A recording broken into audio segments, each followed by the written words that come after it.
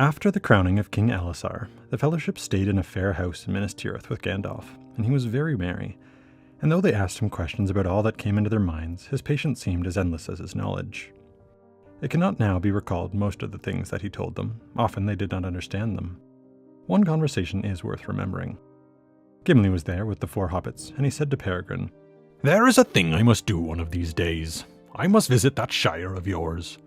Not to see more hobbits. I doubt if I could learn anything about them that I do not know already. But no dwarf of the House of Durin could fail to look with wonder on that land. Did not the recovery of the kingship under the mountain and the fall of Smaug begin there? Not to mention the end of Barad-dûr, though both were strangely woven together. Strangely, very strangely," he said and paused. Then, looking hard at Gandalf, he went on, "But who wove the web? I do not think that I have ever considered that before. Did you plan all this then, Gandalf? If not, why did you lead Thorin Oakenshield to such an unlikely door, to find the ring and bring it far away into the west for hiding, and then to choose the ring-bearer, and to restore the Mountain Kingdom as a mere deed by the way? Was not that your design?" Gandalf would say no more that day, but later the matter was brought up again, and he told them the whole strange story. How he came to arrange the journey to Erebor, why he thought of Bilbo, and how he persuaded the proud Thorin Oakenshield to take him into his company. He explained that to begin with, he was thinking only of the defense of the west against the shadow. Gandalf stood up and looked out of the window, west, seawards, and the sun was then setting, and a glow was in his face. He stood so a long while silent, but at last he turned to Gimli and said, "I do not know the answer, for I have changed since those days, and I am no longer trammeled by the burden of Middle-earth as I was then. In those days I should have answered you with words like those I used to Frodo, only last year in the spring. Only last year. But such measures are meaningless. In that far distant time, I said to a small and frightened hobbit, Bilbo was meant to find the ring, and not by its maker. And you, therefore, were meant to bear it. And I might have added, and I was meant to guide you to both those points. To do that, I used in my waking mind only such means as were allowed to me, doing what lay to my hand according to such reasons as I had. But what I knew in my heart, or knew before I stepped on these grey shores, that is another matter. A Loren I was in the west that is forgotten, and only to those who are there, or who may, perhaps, return thither with me, shall I speak openly." Then Frodo said, "I understand you a little better now, Gandalf, than I did before, though I suppose that, whether meant or not, Bilbo might have refused to leave home, and so might I. You could not compel us, you were not even allowed to try. But I am still curious to know why you did what you did, as you were then an old grey man, as you seemed." "I was very troubled at the time," he said, "for Saruman was hindering all my plans. I knew that Sauron had arisen again and would soon declare himself, and I knew he was preparing for a great war. How would he begin? Would he try first to reoccupy Mordor, or would he first attack the chief strongholds of his enemies? I thought then, and I am sure now, that to attack Lorien and Rivendell as soon as he was strong enough was his original plan. It would have been a much better plan for him, and much worse for us. That is why, to jump forward, I went off as soon as the expedition against Smaug was well started, and persuaded the council to attack Dol Guldur first, before he attacked Lorien. We did, and Sauron fled, but he was always ahead of us in his plans. I must confess that I thought he really had retreated again, and that we might have another spell of watchful peace. But it did not last long. Sauron decided to take the next step. He returned at once to Mordor, and in 10 years he declared himself. Then everything grew dark. And yet that was not his original plan, and in the end, a mistake. Resistance still had somewhere where it could take counsel, free from the shadow. How could the ring-bearer have escaped if there had been no Lorien or Rivendell? And those places might have fallen, I think, if Sauron had not thrown all his power against them first, and not spent more than half of it in the assault on Gondor. You may think that Rivendell was out of reach, but I do not think so. The state of things in the north was very bad. The kingdom under the mountain and the strong men of Dale were no more. To resist any force that Sauron might send to regain the northern passes in the mountains and the old lands of Angmar, there were only the dwarves of the Iron Hills, and behind them lay a desolation, and a dragon. The dragon. The dragon Sauron might have used with terrible effect. Often I said to myself, I must find some means of dealing with Smaug, but a direct stroke against Dol Guldur is needed still more. We must disturb Sauron's plans. I must make the council see that. Those were my dark thoughts as I jogged along the road. I was tired, and I was going to the Shire for a short rest, after being away from it for more than 20 years. I thought that if I put them out of my mind for a while, I might perhaps have some way of dealing with these troubles. And so I did indeed, though I was not allowed to put them out of my mind. For just as I was nearing Bree, I was overtaken by Thorin Oakenshield, who lived then in exile beyond the northwestern borders of the Shire. To my surprise, he spoke to me, and it was at that moment that the tide began to turn. "Master Gandalf," he said, "I know you only by sight, but now I should be glad to speak with you, for you have often come into my thoughts of late, as if I were bidden to seek you. Indeed, I should have done so if I had known where to find you." I looked at him with wonder. "That is strange, Thorin Oakenshield," I said, "for I have thought of you also, and though I am on my way to the Shire, it was in my mind that is the way also to your halls." "Call them so if you will," said Thorin. "They are only poor lodgings in exile, but you would be welcome there if you would come, for they say that you are wise and know more than any other of what goes on in the world, and I have much on my mind and would be glad of your counsel." "I will come," I replied, "for I guess that we share one trouble at least. The dragon of Erebor is on my mind, and I do not think that he will be forgotten by the grandson of Thror." So I went with him to his halls in the Blue Mountains, and I listened to his long tale. I soon understood that his heart was hot with broodings on his wrongs, and the loss of the treasures of his forefathers, and burdened too with the duty of revenge upon Smaug that he had inherited. Dwarves take such duties very seriously. I promised to help him if I could. I was as eager as he to see the end of Smaug, but Thorin was all for plans of battle and war, as if he really were King Thorin II, and I could see no hope in that. We actually passed through the Shire, though Thorin would not stop long enough for that to be useful. Indeed, I think it was annoyance with his haughty disregard for hobbits that first put into my head the idea of entangling him with them. As far as he was concerned, they were just food growers who happened to work the fields on either side of the dwarves' ancestral road to the mountains. I had begun to have a warm place in my heart for the Shire folk in the long winter, which none of you can remember. They were very hard put to it then. One of the worst pinches they have been in, dying of cold and starving in the dreadful dearth that followed. But that was the time to see their courage and their pity for one another. It was by their pity, as much as by their tough, uncomplaining courage, that they survived. I wanted them still to survive. But I saw that the Westlands were in for another very bad time again, sooner or later, though of quite a different sort. Pitiless war. To come through that, I thought they would need something more than they now had. It is not easy to say what. Well, they would want to know a bit more, understand a bit clearer what it was all about, and where they stood. They had begun to forget their own beginnings and legends, forget what little they had known about the greatness of the world. It was not yet gone, but it was getting buried. The memory of the high and the perilous. But you cannot teach that sort of thing to a whole people quickly, and there was not time. And anyway, you must begin at some point, with some one person. I dare say he was chosen, and I was only chosen to choose him, but I picked out Bilbo. "Now that is just what I want to know," said Peregrine. "Why did you do that?" "How would you select any one hobbit for such a purpose?" said Gandalf. "I had not time to sort them all out, but I knew the Shire very well by that time, although when I met Thorin I had been away for more than 20 years on less pleasant business. So naturally, thinking over the hobbits that I knew, I said to myself, I want a dash of the Took, but not too much, Master Peregrine, and I want a good foundation of the stollider sort, a Baggins perhaps." That pointed at once to Bilbo. Somehow I had been attracted by Bilbo long before, as a child and a young hobbit. He had not quite come of age when I had last seen him. He had stayed in my mind ever since, with his eagerness and his bright eyes, and his love of tales, and his questions about the wide world outside the Shire. As soon as I entered the Shire, I heard news of him. He was getting talked about, it seemed. Both his parents had died early for Shire folk, at about 80, and he was never married. He was already growing a bit queer, they said, and went off for days by himself. He could be seen talking to strangers, even dwarves. Even dwarves. Suddenly in my mind, these three things came together. The great dragon with his lust and his keen hearing and scent, the sturdy, heavy-booted dwarves with their old burning grudge, and the quick, soft-footed hobbit, sick at heart, I guessed, for a sight of the wide world. I laughed at myself. But I went off at once to have a look at Bilbo, to see what 20 years had done to him, and whether he was as promising as gossip seemed to make out. But he was not at home. They shook their heads in Hobbiton when I asked after him. "Off again," said one hobbit. It was Holman, the gardener, I believe. "Off again, he'll go right off one of these days if he isn't careful.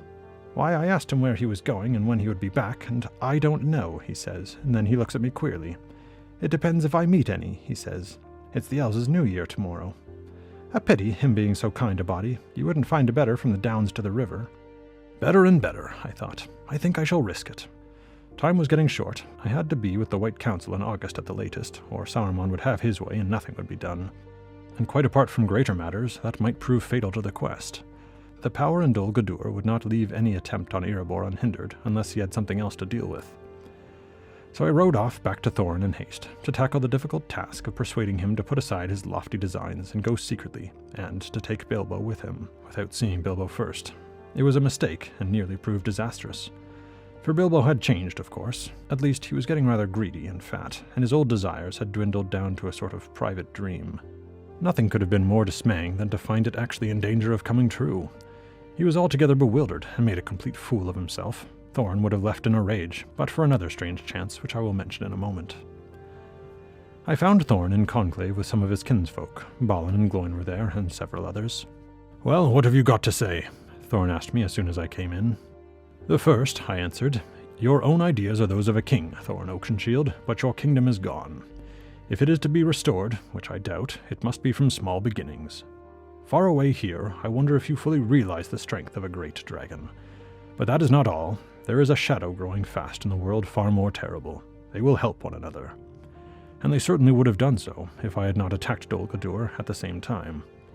Open war will be quite useless, and anyway, it is impossible for you to arrange it. You will have to try something simpler and yet bolder. Indeed, something desperate." "You are both vague and disquieting," said Thorin. "Speak more plainly." "Well, for one thing," I said, "you will have to go on this quest yourself, and you will have to go secretly. No messengers, heralds, or challengers for you, Thorin Oakenshield. At most you can take with you a few kinsmen or faithful followers, but you will need something more, something unexpected." "Name it," said Thorin. "One moment," I said. "You hope to deal with a dragon, and he is not only very great, but he is now also old and very cunning. From the beginning of your adventure you must allow for this, his memory and his sense of smell." "Naturally," said Thorin. "Dwarves have had more dealings with dragons than most, and you are not instructing the ignorant." "Very good," I answered. "But your own plans did not seem to me to consider this point. My plan is one of stealth. Stealth. Smaug does not lie on his costly bed without dreams, Thorin Oakenshield. He dreams of dwarves. You may be sure that he explores his hall day by day, night by night, until he is sure that no faintest air of a dwarf is near, before he goes to his sleep, his half-sleep, prick-eared for the sound of dwarf feet." "You make stealth sound as difficult and hopeless as any open attack," said Balin. "Impossibly difficult." "Yes, it is difficult," I answered, "but not impossibly difficult, or I would not waste my time here. I would say absurdly difficult. So I am going to suggest an absurd solution to the problem. Take a hobbit with you. Smaug has probably never heard of hobbits, and he has certainly never smelt them." "What?" cried Gloin. "One of those simpletons down in the Shire? What use on earth or under it could he possibly be? Let him smell as he may, he would never dare to come within smelling distance of the nakedest dragonette new from the shell." Now, I said, "that is quite unfair. You do not know much about the Shire folk, Gloin. I suppose you think them simple because they are generous and do not haggle, and think them timid because you never sell them any weapons. You are mistaken. Anyway, there is one that I have my eye on as a companion for you, Thorin. He is neat-banded and clever, though shrewd and far from rash, and I think he has courage. Great courage, I guess, according to the way of his people. They are, you might say, brave at a pinch. You have to put these hobbits in a tight place before you find out what is in them." "The test cannot be made," Thorin answered. "As far as I have observed, they do all that they can to avoid tight places." "Quite true," I said. "They are a very sensible people. But this hobbit is rather unusual. I think he could be persuaded to go into a tight place. I believe that in his heart he really desires to have, as he would put it, an adventure." "Not at my expense," said Thorin, rising and striding angrily about. "This is not advice, it is foolery. I fail to see what any hobbit, good or bad, could do that would repay me for a day's keep, even if he could be persuaded to start." "Fail to see? You would fail to hear it, more likely," I answered. "Hobbits move without effort more quietly than any dwarf in the world could manage, though his life depended on it. They are, I suppose, the most soft-footed of all mortal kinds. You do not seem to have observed that, at any rate, Thorin Oakenshield, as you romped through the Shire, making a noise, I may say, that the inhabitants could hear a mile away. When I said that you would need stealth, I meant it. Professional stealth." "Professional stealth?" cried Balin, taking up my words rather differently than I had meant them. "Do you mean a trained treasure seeker? Can they still be found?" I hesitated. This was a new turn, and I was not sure how to take it. I think so, I said at last. For a reward, they will go in where you dare not, or at any rate cannot, and get what you desire. Thorin's eyes glinted as the memories of lost treasures moved in his mind. But, a paid thief, you mean, he said scornfully. That might be considered if the reward was not too high. But what has all this to do with one of those villagers? They drink out of clay, and they cannot tell a gem from a bead of glass. I wish you would not always speak so confidently without knowledge, I said sharply.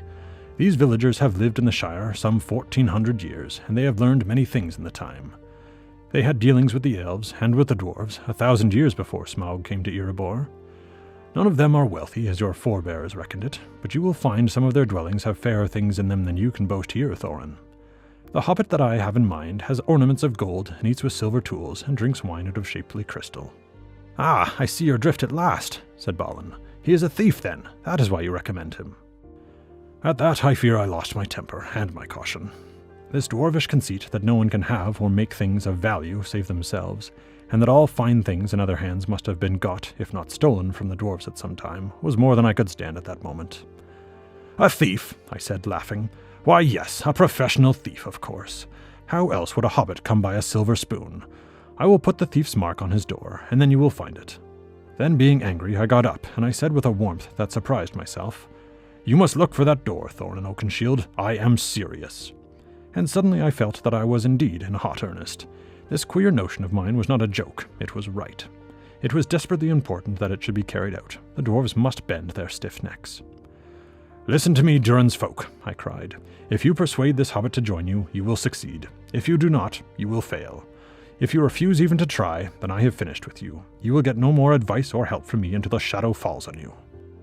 Thorin turned and looked at me in astonishment, as well he might. Strong words, he said.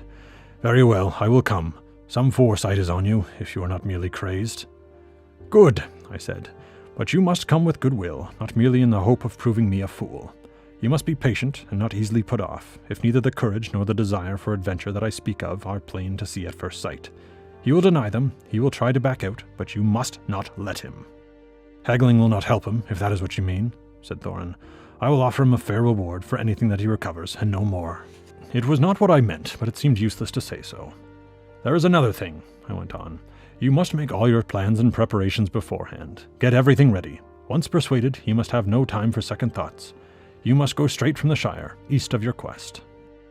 He sounds a very strange creature, this thief of yours, said a young dwarf called Fili, Thorin's nephew, as I afterwards learned. What is his name, or the one that he uses? Hobbits use their real names, I said. The only one that he has is Bilbo Baggins. What a name, said Fili, and laughed. He thinks it very respectable, I said, and it fits him well enough, for he is a middle-aged bachelor and getting a bit flabby and fat. Food is perhaps at present his main interest. He keeps a very good larder, I am told, and maybe more than one. At least you will be well entertained. That is enough, said Thorin. If I had not given my word, I would not come now. I am in no mood to be made a fool of, for I am serious also, deadly serious, and my heart is hot within me. I took no notice of this.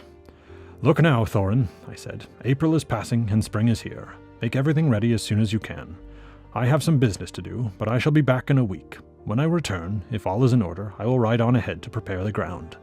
Then we will all visit him together on the following day. And with that I took my leave, not wishing to give Thorin more chance of second thoughts than Bilbo was to have. The rest of the story is well known to you, from Bilbo's point of view. If I had written the account, it would have sounded rather different. He did not know all that went on. The care, for instance, that I took so that the coming of a large party of dwarves to Bywater, off the main road, and their usual beach should not come to his ears too soon. He also did not realize at all how fatuous the dwarves thought him, nor how angry they were with me. Thorin was much more indignant and contemptuous than Bilbo perceived. He was indeed contemptuous from the beginning, and thought then that I had planned the whole affair simply so as to make a mock of him. It was on the morning of Tuesday, April the 25th, 2941, that I called to see Bilbo. And though I knew more or less what to expect, I must say that my confidence was shaken. I saw that things would be far more difficult than I had thought, but I persevered. Next day, Wednesday, April the 26th, I brought Thorin and his companions to Bag End. With great difficulty, so far as Thorin was concerned, he hung back at the last. And of course Bilbo was completely bewildered and behaved ridiculously. Everything, in fact, went extremely badly for me from the beginning. and that unfortunate business about the professional thief, which the dwarves had got firmly in their heads, only made matters worse. I was thankful that I had told Thorin we should all stay the night at Bag End, since we should need time to discuss ways and means. It gave me a last chance. If Thorin had left Bag End before I could see him alone, my plan would have been ruined. It was only the map and the key that saved the situation. But I had not thought of them for years. It was not until I got to the Shire and had time to reflect on Thorin's tale that I suddenly remembered the strange chance that put them in my hands, and it began now to look less like chance. I remembered a dangerous journey of mine, 91 years before, when I had entered Dol Guldur in disguise, and had found there an unhappy dwarf dying in the pits. I had no idea who he was. He had a map that had belonged to Durin's folk in Moria, and a key that seemed to go with it, though he was too far gone to explain it. And he said that he possessed a great ring. I do not know how he endured so long, nor how he kept these things hidden through all his torments. I think that the dark power had desired nothing from him except the ring only, and when he had taken that he troubled no further, but just flung the broken prisoner into the pits to rave until he died. A small oversight, but it proved fatal. Small oversights often do. Nearly all his ravings were of that ring. The last of the 7, he said over and over again. But all these things he might have come by in many ways. He might have been a messenger caught as he fled, or even a thief trapped by a greater thief. But he gave the map and the key to me. For my son, he said, and then he died. And soon after I escaped myself. I stowed the things away, and by some warning of my heart I kept them always with me, safe, but soon almost forgotten. I had other business in Dol Guldur, more important and perilous than all the treasure of Erebor. Now I remembered it all again, and it seemed clear that I had heard the last words of Thrain II, though he did not name himself or his son, and Thorin, of course, did not know what had become of his father, nor did he even mention the last of the 7 rings. I had the plan and the key of the secret entrance to Erebor, by which Thror and Thrain escaped, according to Thorin's tale, and I had kept them, though without any design of my own, until the moment when they would prove most useful. Fortunately, I did not make any mistake in my use of them. I kept them up my sleeve, as you say in the Shire, until things looked quite hopeless. As soon as Thorin saw them, he really made up his mind to follow my plan, as far as a secret expedition went at any rate. Whatever he thought of Bilbo, he would have set out himself. The existence of a secret door, only discoverable by dwarves, made it seem at least possible to find out something of the dragon's doings, perhaps even to recover some gold or some heirloom to ease his heart's longing. But that was not enough for me. I knew in my heart that Bilbo must go with him, or the whole quest would be a failure, or, as I should say now, the far more important events by the way would not come to pass. So I still had to persuade Thorin to take him. There were many difficulties on the road afterwards, but for me this was the most difficult part of the whole affair. Though I argued with him far into the night after Bilbo had retired, it was not finally settled until early the next morning. Thorin was contemptuous and suspicious. "He is soft," he snorted. "Soft as the mud of his shire, and silly. His mother died too soon. You are playing some crooked game of your own, Master Gandalf. I am sure that you have other purposes than helping me." "You are quite right," I said. "If I had no other purposes, I should not be helping you at all. Great as your affairs may seem to you, they are only a small strand in a great web. I am concerned with many strands, but that should make my advice more weighty, not less." I spoke at last with great heat. "Listen to me, Thorin Oakenshield," I said. "If this hobbit goes with you, you will succeed. If not, you will fail. A foresight is on me, and I am warning you." "I know your fame," Thorin answered. "I hope it is merited. But this foolish business of your hobbit makes me wonder whether it is foresight that is on you, or you are not crazed rather than foreseeing. So many cares may have disordered your wits." "They have certainly been enough to do so," I said. "And among them I find most exasperating a proud dwarf who seeks advice from me, without claim on me that I know of, and then rewards me with insolence. Go your own way, Thorin Oakenshield, if you will, but if you flout my advice, you will walk to disaster, and you will get neither counsel nor aid from me again until the shadow falls on you. And curb your pride and your greed, or you will fall at the end of whatever path you take, though your hands be full of gold." He blanched a little at that, but his eyes smoldered. "Do not threaten me," he said. "I will use my own judgments in this matter, as in all that concerns me." "Do so then," I said. "I can say no more unless it is this. I do not give my love or trust lightly, Thorin, but I am fond of this hobbit, and wish him well. Treat him well, and you shall have my friendship to the end of your days." I said that without hope of persuading him, but I could have said nothing better. Dwarves understand devotion to friends and gratitude to those who help them. "Very well," Thorin said at last after a silence. "He shall set out with the company, if he dares, which I doubt. But if you insist on burdening me with him, you must come too, and look after your darling." "Good," I answered. "I will come, and stay with you as long as I can, or at least until you have discovered his worth." It proved well in the end, but at the time I was troubled, for I had the urgent matter of the White Council on my hands. So it was that the quest of Erebor set out. I do not suppose that when it started, Thorin had any real hope of destroying Smaug. There was no hope, yet it happened. But alas, Thorin did not live to enjoy his triumph or his treasure. Pride and greed overcame him in spite of my warning. "But surely," Frodo said, "he might have fallen in battle anyway. There would have been an attack of orcs, however generous Thorin had been with his treasure." "That is true," said Gandalf. "Poor Thorin, I grieved at his fall. He was a great dwarf of a great house, whatever his faults. And though he fell at the end of the journey, it was largely due to him that the kingdom under the mountain was restored, as I desired. But Dane Ironfoot was a worthy successor, and now we hear that he fell fighting before Erebor again, even while we fought here. I should call it a heavy loss, if it was not a wonder, rather, that in his great age he could still wield his axe as mightily as they say he did, standing over the body of King Brand before the gates of Erebor until the darkness fell. Yet things might have gone far otherwise, and far worse. The main attack was diverted southwards, it is true, and yet even so, with his far-stretched right hand, Sauron could have done terrible harm in the north, while we defended Gondor, if King Brand and King Dane had not stood in his path. When you think of the great battle of Pelennor, do not forget the battle of Dale and the valor of Durin's folk. Think of what might have been, dragon fire and savage swords in Erebor. There might be no queen in Gondor. We might now only hope to return from the victory here to ruin and ash. But that has been averted, because I met Thorin Oakenshield one evening on the edge of spring not far from Bree. A chance meeting, as we say in Middle-earth. When Gandalf ceased speaking, Gimli laughed. "It still sounds absurd," he said, "even now that all has turned out more than well. I knew Thorin, of course, and I wish I had been there, but I was away at the time of your first visit to us, and I was not allowed to go on the quest. Too young, they said, though at 62 I thought myself fit for anything. Well, I'm glad to have heard the tale in full, if it is full. I do not really suppose that even now you are telling us all you know." "Of course not," said Gandalf.